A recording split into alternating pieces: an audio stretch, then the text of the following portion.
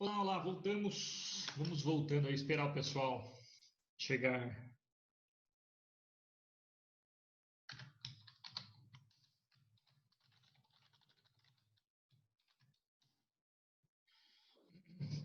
Acabei mandando aí, tá? O arquivo. Não é do jeito que eu gosto de mandar, mas foi.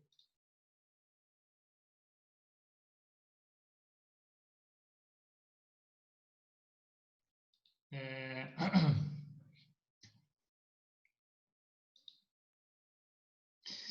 Bom, então agora, ter finalizado essa primeira parte que era sobre o infanticídio, é um crime bem específico, né? Com situações bem específicas, enfim. A gente vai ver aborto. E aborto ele também tem suas especificidades. Nós temos 3 tipos de aborto. Então, haverá aborto no 124, 125 e 126. A primeira especificidade do aborto é a seguinte: o aborto ele constitui uma exceção dualista ou pluralista à teoria monista do crime. Olha que doido. O que é teoria monista? Teoria monista é a teoria colocada no artigo 29, né, extraída do artigo 29, segundo a qual todo aquele que concorre para um delito responderá pelas suas penas. Então, todo aquele que concorre para um crime responde, via de regra, nas penas daquele delito. Mas no aborto, nós teremos uma exceção a essa regra monista, segundo a qual todos aqueles que concorrem para um resultado responderão nas mesmas penas. Por quê? Porque nós teremos o aborto que é praticado pela gestante e o aborto que é praticado pelo terceiro. Então é possível que para um mesmo evento, para um mesmo caso, 2 pessoas que contribuam para o mesmo resultado, que é o aborto, respondam em tipos penais diferentes. Então, se a gestante ela permite a prática do aborto, ela responde no 124. A pessoa que pratica a manobra abortiva com o consentimento da gestante, né, permitido por ela, responde no 126. E aí nós teríamos, então, 2 pessoas que concorreram para o mesmo resultado, respondendo em crimes diferentes. Ou seja, uma exceção dualista à teoria monista do crime prevista no artigo 29. Isso acontece algumas vezes, como, por exemplo, corrupção ativa e corrupção passiva. Né? O particular que corrompe o funcionário público, o particular é o corrupto ativo, o funcionário público é o corrupto passivo. Temos 2 crimes diferentes para um evento único, né? A prática ilegal de um ato, por exemplo. Então, aqui no aborto, nós teríamos, eventualmente, uma exceção dualista ou pluralista para a teoria monista, que é a regra. Tá bom? Vou começar aqui a fazer o compartilhamento da tela.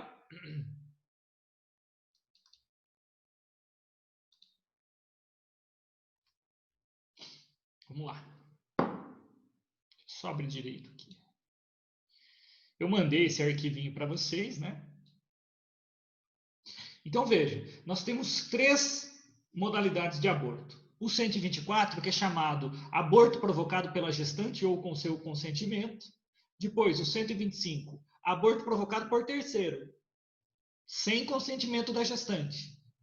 Então, o indivíduo que golpeia a gestante visando interromper a gestação e destruir o produto da concepção.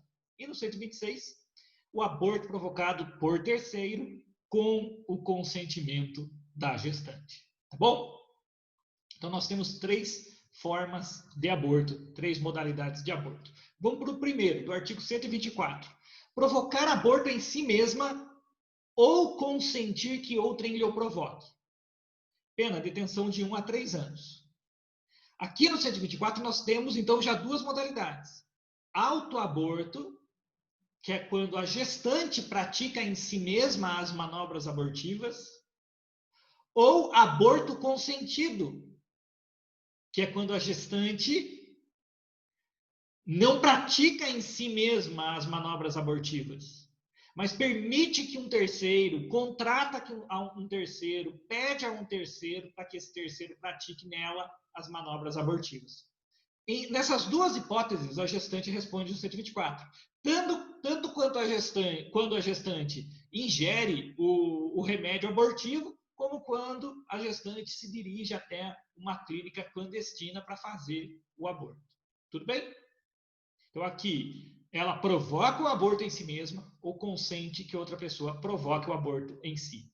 Tá? Bem jurídico tutelado, vida. Que tipo de vida? Intrauterina, é diferente do infanticídio. No infanticídio, nós já temos uma expulsão do feto do ventre materno. Aqui, a vida que acontece é a vida intrauterina. Tá?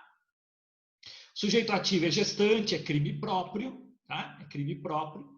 O sujeito passivo é o feto, tecnicamente a vida intrauterina em todos os seus estágios. Então, atenção para a decisão aqui, já não é tão recente assim, esse documento eu elaborei no ano passado. Como eu disse, esqueci que a aula era hoje para vocês, tá? Então, recente decisão da primeira turma do Supremo no HC 124.306, que é aquela decisão, não é uma súmula, não é uma decisão que tem efeito erga omnes, que vale para todos, não, é uma jurisprudência apenas do Supremo, em que o Supremo absolveu num caso de aborto em que a gestação foi interrompida antes dos 3 meses. Tá? Essa é uma decisão. Ela vincula? Não. Ela tem força de lei? Claro que não. Ela é sumulada? Não. Os outros entes têm que cumprir essa norma, então está liberado o aborto até o 3º mês? Não. Não está. Tá? Mas tem uma decisão, depois vocês analisam essa jurisprudência no HC 124.306. Bom, numa gravidez de gêmeos, falando de sujeito passivo, se a gravidez é de gêmeos e a mãe sabe disso, né, ela sabe que é uma gravidez gemelar, nós teremos concurso formal de delitos. Uma só ação, 2 resultados. For entre gêmeos, uma só ação, 3 resultados. Então, vai aplicar ali a regra do artigo 70 do Código Penal. Mas a mãe tem que saber que é uma gravidez múltipla. Se ela não souber, responde por um único aborto. Tá? Então, as condutas, né? Autoaborto, a gestante pratica nela própria as manobras abortivas e consentimento criminoso, o aborto consentido, em que a gestante consente, permite que outra pessoa provoque nela o aborto, a manobra abortiva. Esse terceiro, que foi autorizado pela gestante, não responde no 124. Responde no crime próprio dele, que é o do 126. Por isso que nós dizemos que aqui nós teríamos uma exceção dualista ou pluralista à teoria monista, já que gestante e terceiro provocador participam e concorrem para um mesmo resultado, um único resultado, que é interromper aquela gestação e destruir o produto da concepção. Mas por opção do legislador, a mãe tem uma pena X, o terceiro provocador tem uma pena Y, nós teríamos uma exceção dualista à teoria monista. O tipo subjetivo é o dolo, só existe crime de aborto doloso, né? Só aborto doloso. Obrigado quem mandou aí o HC. Só se pune o aborto doloso. Então, a gestante cai no banheiro, né, e aborta, não há crime. A gestante bate a barriga na porta, alguém abre a porta, bate o trinco da porta, a fechadura da porta na barriga da gestante, interrompe a gestação, não há crime. Um acidente de trânsito, né, e causa o aborto, não há crime. Aborto só é crime se praticado dolosamente. Tá? Existe homicídio doloso e homicídio culposo. Somente existe aborto doloso. Doloso. Consumação. Quando que o crime se consuma? A gente precisa de 2 coisas para a consumação do crime de aborto. 2 coisas. Primeiro, interromper a gestação antes do termo. Certo? Então, a gestação estava ocorrendo naturalmente e ela é interrompida. Não basta isso. Para que haja a consumação do aborto, o feto tem que morrer. Tem que haver destruição do produto da concepção do feto. Então, se eu tenho uma manobra abortiva, mas o feto nasce vivo, tentativa de aborto. Né? Felizmente, né? A mãe, a gestante, ingere medicamento abortivo, a criança nasce com vida e assim permanece. Aborto. Tudo bem? Então, olha lá, o delito consuma-se com a morte do feto, pouco importando se esta morte ocorre dentro ou fora do ventre materno, dentro ou fora do útero, desde que em razão das manobras abortivas. Então, olha só, a mãe toma o medicamento abortivo, começa a ter contrações, a criança nasce com vida, chora, mas morre. Mas ela morreu fora do ventre materno. É aborto? Sim, é aborto. Mas não tem que morrer dentro do ventre materno? Não. O bem jurídico é a vida intrauterina. Mas a morte do feto, para caracterizar o aborto, pode ser a morte ocorrendo dentro ou fora do ventre materno, desde que em razão das manobras abortivas. Aborto espontâneo, atentado pelo médico, sem manobras abortivas, fato absolutamente atípico. Atípico. Tá? Aborto espontâneo é atípico.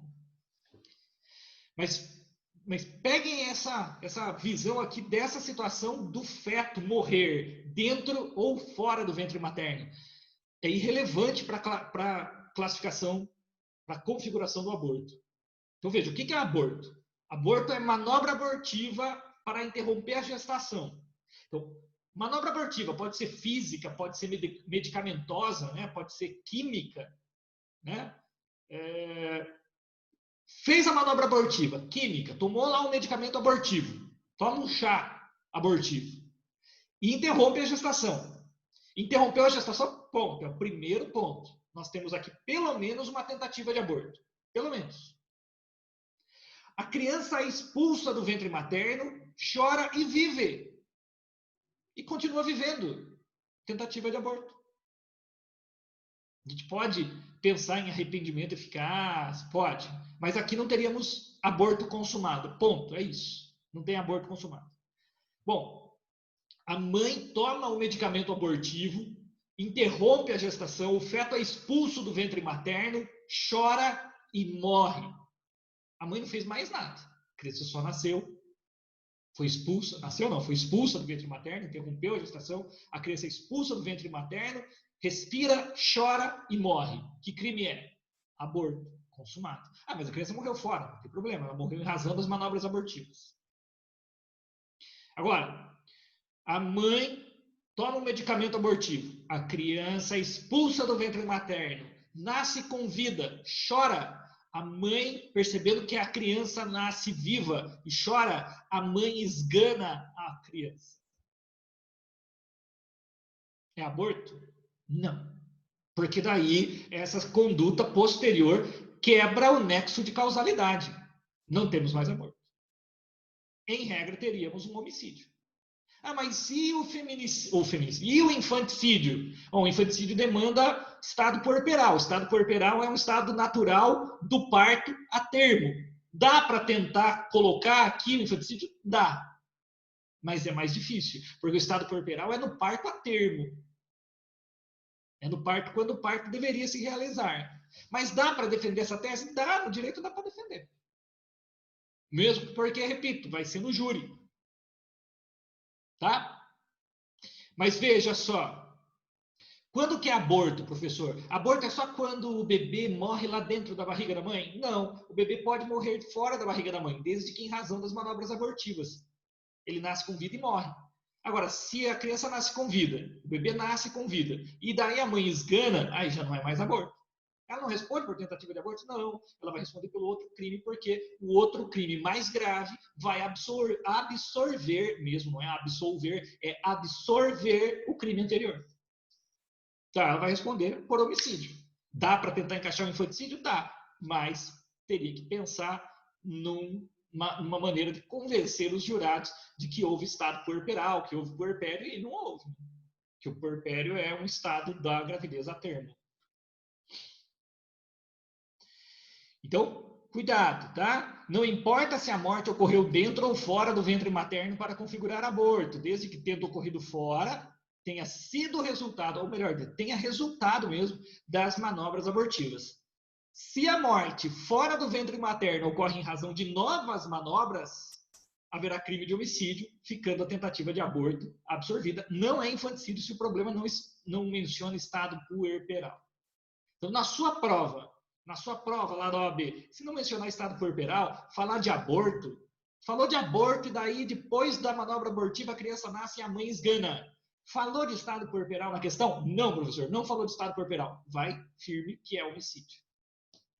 Porque para ser infanticídio tem que mencionar estado puerperal. Não mencionou estado puerperal? É homicídio. Fechou? Muito bem. Vamos lá. Aborto provocado por terceiro, sem o consentimento da gestante. Reclusão de 3 a 10 anos. Opa, a pena explodiu. 10 anos. Por quê? Porque aqui nós temos como sujeito ativo não apenas o feto, nós temos como sujeito passivo não apenas o feto, nós temos a gestante também. A gestante também é vítima. Porque esse aborto foi provocado sem o consentimento da gestante. Então, bem jurídico tutelado, vida intrauterina, beleza. Sujeito ativo, qualquer pessoa, o namorado não quer saber da gravidez, ele soca a barriga da namorada e causa o aborto. Vai responder aqui, crime doloso contra a vida, pena de até 10 anos. Então, sujeito passivo, gestante e o feto, é um crime, é um delito de dupla subjetividade passiva. Conduta. Provoca o aborto. Como? Ele interrompe, violenta intencionalmente uma gravidez. Ele destrói o produto da concepção, o feto, sem o consentimento da gestante. Tá? Aqui é crime doloso contra a vida, não existe a hipótese culposa. Ela toma algo oferecido por alguém que tem a intenção de provocar aborto. Esse alguém que forneceu o medicamento responde pelo aborto 125, se ela não souber. Ela pediu a substância, ela responde no 124, e quem deu a substância responde no 126. Ela não pediu a substância, o namorado dá um suco batizado para ela, com um medicamento abortivo, sem contar para ela. O namorado responde no 125, e ela, nada, ela é vítima. Tá? Consumação e tentativa. Quando que consuma? É a mesma história. Interrompe a gestação, destrói o produto da concepção. O namorado dá um suco batizado lá para a gestante. Ela toma o suco, tem contrações, a criança nasce, né? Antecipa a gestação, a criança nasce com vida. E assim continua. Tentativa de aborto. Ele tentou abortar. Lembrar, o que é aborto? Aborto é interromper a gestação e destruir o produto da concepção. Fechou? E no 126? Bom, o 126 é o cara que vai aderir ao pedido da gestante. Provocar aborto com o consentimento da gestante. Ah, é o médico que faz o aborto? Isso é intenção de aborto, fato atípico. Fato atípico. Aborto só é crime se for doloso. Toma lá um medicamento, não sabe que o medicamento tem efeito abortivo. É crime? Não. Não é crime. Tá? Aborto só é crime se houver dolo. Tá? Se não houver dolo, o fato é atípico. O bem jurídico tutelado no 126, igual, gente, a mesma coisa. Vida intrauterina, sujeito ativo, qualquer pessoa, sujeito passivo, aqui é só o feto. Mas por que aqui é só o feto? E no 125 é o feto e a mãe? Porque aqui a mãe pediu. Aqui o indivíduo pratica a manobra abortiva porque a mãe consentiu. A mãe foi até lá a clínica clandestina. E daí o indivíduo fez a manobra abortiva. Tá? A conduta, interromper violenta intencionalmente uma gravidez, destruindo o produto da concepção, com o consentimento válido da gestante. Notem, consentimento válido. Consentimento válido. Consumação, destruição do produto da concepção, interrompe a gestação, destrói o produto da concepção. Cabe tentativa? Sim, interrompe a gestação, mas o bebê sobrevive, felizmente sobrevive. Tentativa de aborto. Ou não chega nem a interromper, a gestante tem lá um mal-estar, mas vai até a Santa Casa e eles conseguem estabilizar, dar um soro e conseguem manter a gestação. Tentativa de aborto. Parágrafo único. Olha só. Aplica-se a pena do artigo anterior se a gestante não é maior de 14 anos, ou é alienada ou débil mental, ou se o consentimento é obtido mediante fraude, grave ameaça ou violência. Então, veja só. Para que o agente provocador, o terceiro provocador da manobra abortiva, responda no 126, é necessário, a primeira premissa, que tenha consentimento. Agora, vamos lá. É necessário que esse consentimento seja válido. Quando que o consentimento é válido? Quando a gestante é maior de 14 anos. Quando a gestante é saudável mentalmente, ela está no pleno gozo das faculdades mentais, ela não tem nenhum déficit de cognição, déficit cognitivo, ela não tem uma doença mental e ela não foi enganada. Então é necessário que o consentimento seja válido. E se ela foi enganada? E se ela é menor de 14 anos? E se ela tem uma doença mental? Bom, aí ela é vítima. E o terceiro provocador não responde no 126, responde no 125, porque é como se o aborto tivesse sido praticado sem o consentimento da gestante. Portanto, o consentimento precisa ser válido. Tudo bem? O terceiro provocador tem que conhecer essas circunstâncias para evitar responsabilidade penal objetiva. Então, digamos, o terceiro provocador foi procurado pela gestante para interromper a gestação. Um falso médico, ou um médico mesmo, que tem lá uma clínica clandestina, um enfermeiro que tem uma clínica clandestina, ele é procurado pela gestante, a gestante tem um porte de adulta, né? Ela tem tamanho, ela se porta, ela fala, ela tem um discurso de adulta e ela se passa por alguém que era maior de 14 ou maior de 18 até. E o indivíduo não sabia que ela era menor de 14 anos. Nesse caso, como a gente não trabalha com responsabilização objetiva, ele continua respondendo no 126. Tudo bem? E a gestante? No 124. Combinado? Bom, esses probleminhas aqui vamos deixar para o final. Vamos para a forma qualificada primeiro. Forma qualificada. As penas combinadas nos dois artigos anteriores são aumentadas de 1/3, se, em consequência do aborto ou dos meios empregados para provocá-lo, a gestante sofre lesão corporal de natureza grave. E são duplicadas, se por qualquer dessas causas lhe sobrevém a morte. Então, olha só. Nos dois artigos anteriores, estamos falando do 125 e do 126, do aborto provocado por terceiro, sem o consentimento ou com o consentimento. Então, o indivíduo, o terceiro provocador, que pratica o aborto com ou sem o consentimento da gestante e causa uma lesão corporal grave, pena aumentada de 1/3.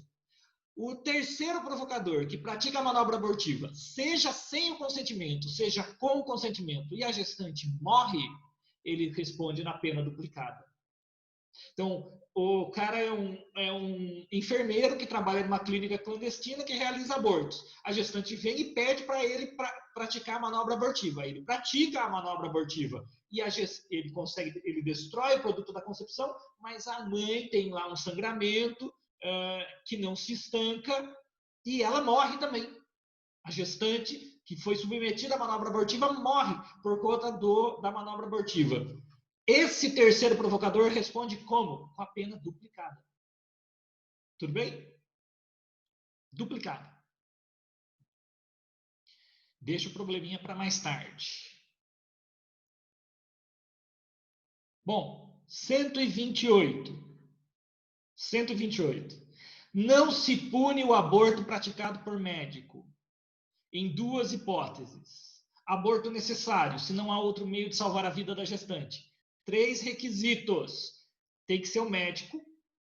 Tem que ter risco para a vida da gestante. Não é a saúde, é vida. Tá? Manutenção da gestação é risco para a vida. Tá? E inevitabilidade do comportamento abortivo. É a única forma de salvar a vida da gestante é interrompendo a gestação. Tá? Aqui nesse primeiro requisito fala que tem que ser médico. Mas e se não tem o médico e a gestante chega na unidade de saúde, o médico não está lá, e a única forma de salvar a vida da gestante por um problema médico ali que o enfermeiro consegue detectar é fazendo parto anteriormente, ainda que a mãe não estivesse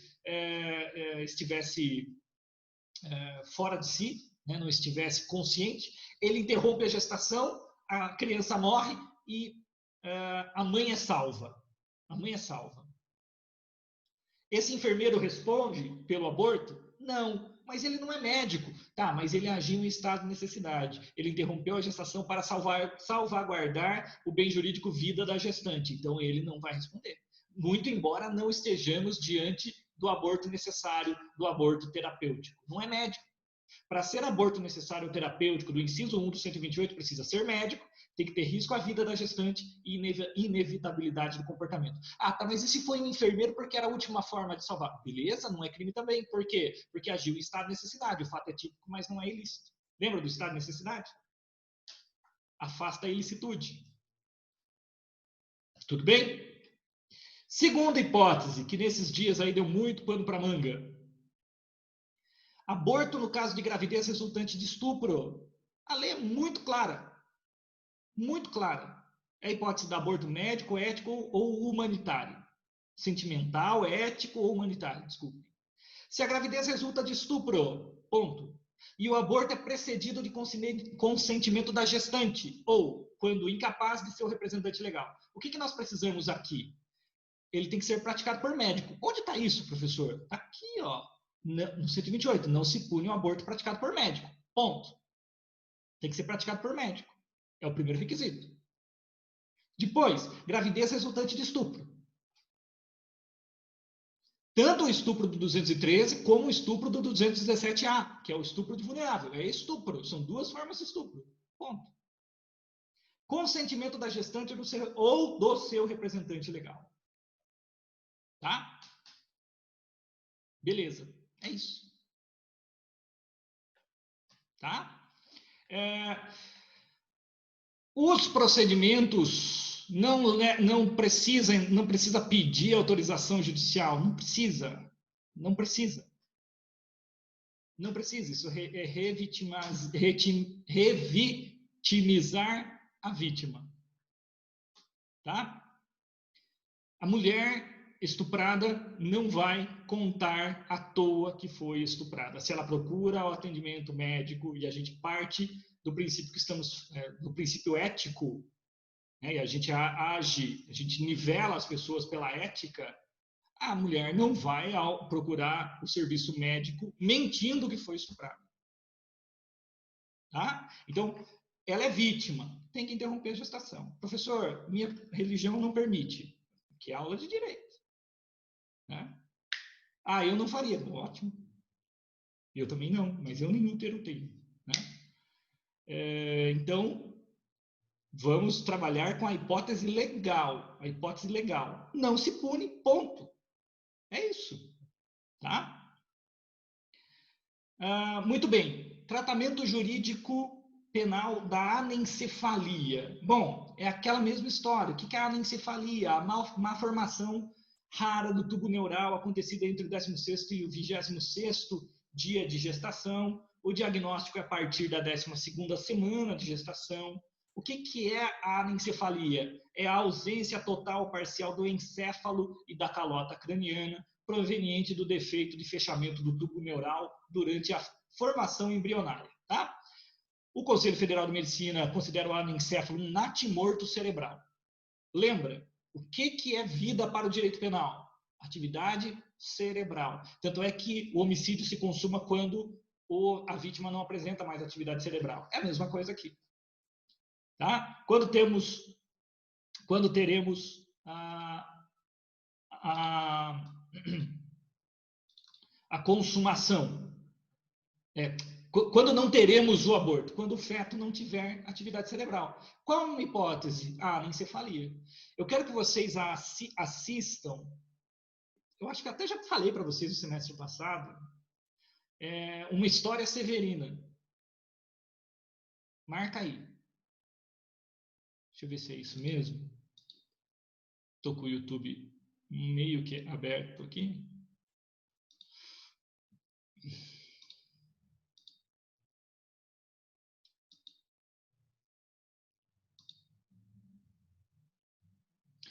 É uma história severina?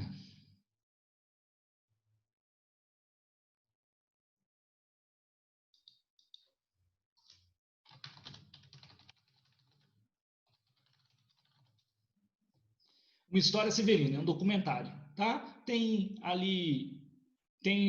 uma versão de 22 minutos, você vê rapidinho, tá? É extremamente impactante, tá? Assistam hoje, tá? Estamos tendo aula de aborto hoje, vamos assistir uma história severina hoje, tá? Vou digitar aqui no chat. Cadê? Uma história severina. Beleza. Quero que vocês assistam hoje. Inclusive, nessa história, nesse documentário, o ministro Barroso, era advogado à época dessa ADPF que vai mostrar. É um documentário um pouco sobre essa ADPF 54, tá? Então, o que o STF falou no caso da anencefalia? O que o STF decidiu no caso da anencefalia? Ele decidiu o seguinte: é inconstitucional eu interpretar como crime de aborto a interrupção de uma gestação de feto anencéfalo. É inconstitucional. Por quê? Porque, por direito, vida é atividade cerebral. Eu interromper a gestação de um feto anencéfalo, eu não estou matando, porque não tem vida ali. Para o plano jurídico. A gente não está discutindo o plano filosófico, nós não estamos discutindo o plano metafísico. No ponto de vista jurídico, não há vida a ser tutelada. Tudo bem? Quanto àquele HC 124.306, né? Então, aqui o Barroso, já como relator desse HC, né? É o voto vista do Barroso, aí já é outro tipo de construção. Aqui a gente já começa a observar um ativismo do judiciário, o judiciário querendo legislar. Já é um pouco complicado. Por quê? Porque a lei não permite a interrupção da gestação fora das hipóteses de aborto legal, que é o aborto médico e o aborto humanitário, né, o aborto para salvar a vida e o aborto em decorrência de estupro. Isso a lei permite. Aí nós temos a análise da anencefalia. Ok, tranquilo, na anencefalia, ok, não tem vida, então se não tem vida é inconstitucional você proibir aquela conduta, se não há vida. Tá? Agora, aqui nesse HC 124, o que eles falam? Né? Há duas posições antagônicas em relação ao ponto. De um lado, os que sustentam que existe vida desde a concepção, desde que o espermatozoide fecundou o óvulo, dando origem à multiplicação das células. De outro lado, estão os que sustentam que, antes da formação do sistema nervoso central e da presença de rudimentos de consciência, o que geralmente se dá após o 3º mês de gestação, não é possível ainda falar-se em vida em sentido pleno. Não há solução jurídica para esta controvérsia. Ela dependerá sempre de uma escolha religiosa ou filosófica de cada um a respeito da vida. Porém, exista ou não vida a ser protegida, o que é fora de dúvida é que não há qualquer possibilidade de o embrião subsistir fora do útero materno nesta fase de sua formação. Ou seja, ele dependerá integralmente do corpo da mãe. Esta premissa, factualmente incontestável, está subjacente às ideias que se seguem, e daí ele vem falando de inúmeras razões pelas quais ele entende que o aborto até o 3º mês não seria criminoso. Autonomia da mulher, integridade física e psíquica da mulher, direitos sexuais e reprodutivos da mulher, igualdade de gênero, discriminação social. São são argumentos relevantes. Você leia, você é estudante de direito, leia, né? E, enfim, não está na lei, mas os argumentos são relevantes. Agora, o que a gente pode discutir aqui, se não está na lei, poderia o Supremo decidir sobre isso? Se o Supremo também não decide sobre isso, com a bancada que nós temos hoje, essa discussão existiria no Congresso? Tá? Então, mas é isso. Aqui nós temos, sim, creio, um certo ativismo judicial. Resta você decidir se ativismo judicial é razoável ou é irrazoável.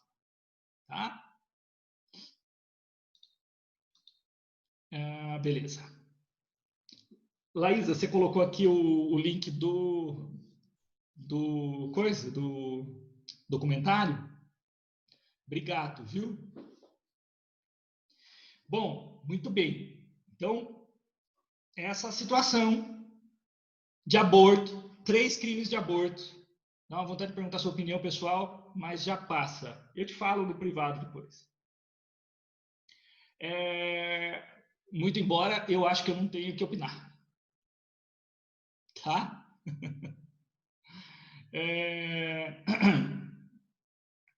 Então, veja só. Temos 3 modalidades de aborto. 3 modalidades de aborto.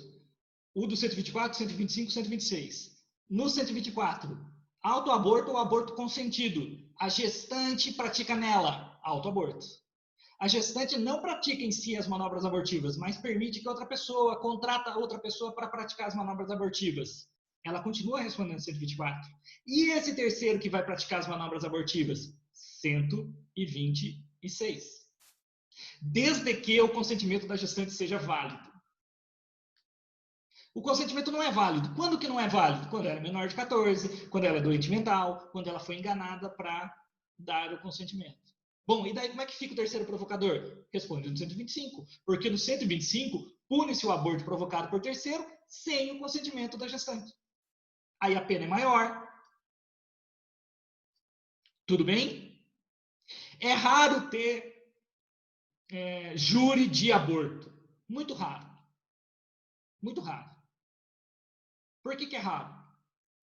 Que geralmente o aborto é praticado às escondidas. Quem tem dinheiro vai numa clínica boa, faz o aborto, não tem problema nenhum para a gestante vai embora para casa, ninguém fica sabendo, o médico recebe lá uma grana e ninguém fica sabendo. E quando é pobre? Quando que descobre? Quando a mãe morre. Porque vai lá na clínica clandestina, faz o procedimento de qualquer jeito, tem infecção, vai para o hospital, não salva a vida da gestante, quer dizer, vai ter júri do quê? Muito raro, é muito raro ter júri de aborto. Eu só vi um na minha vida. E olha que eu caço júri. Tá? Muito bem. Falta 1 minuto e pouco. O meu café esfriou. Mas a gente vai fazer, a gente volta lá pro WhatsApp. Temos... Ixi, tá no finalzinho, né? Tá no finalzinho. Vamos voltar aqui.